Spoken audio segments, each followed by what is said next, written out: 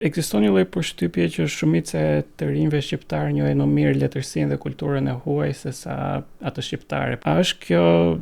një lloj humbje kulturore apo ndoshta tregon për një lloj pjekje të lexuesit, një lloj maturimi që kalon atë periudhën e nacionalizmit? Mendoj që nga njëra anë kjo mund të shihet edhe si një lloj humbje me rrënjët, me vlerat, me traditën tonë, por nga ana tjetër e shoh si një orizont të ri të një hapje kulturore që është shumë e rëndësishme sidomos për brezin e ri. Duke parë lexuesin shqiptar si pjesë të një bote dhe një tregu global të librit, ma vjen shumë mirë që ky lexues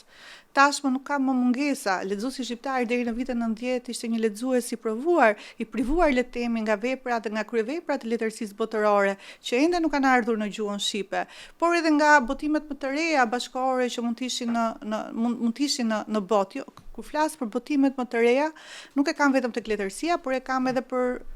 lexuesit duan të lexojnë në fushën historike, në fushën e studimeve, në vepra të ndryshme që mund të ishin të nevojshme për t'u njohur nga një lexues i caktuar. Kështu që në këtë kontekst unë e quaj një pasuri faktin që lexuesi shqiptar sot ka mundësi që të lexojë pothuajse në të njëjtën kohë si një lexues amerikan, një lexues francez apo italian, vepra të rëndësishme madhore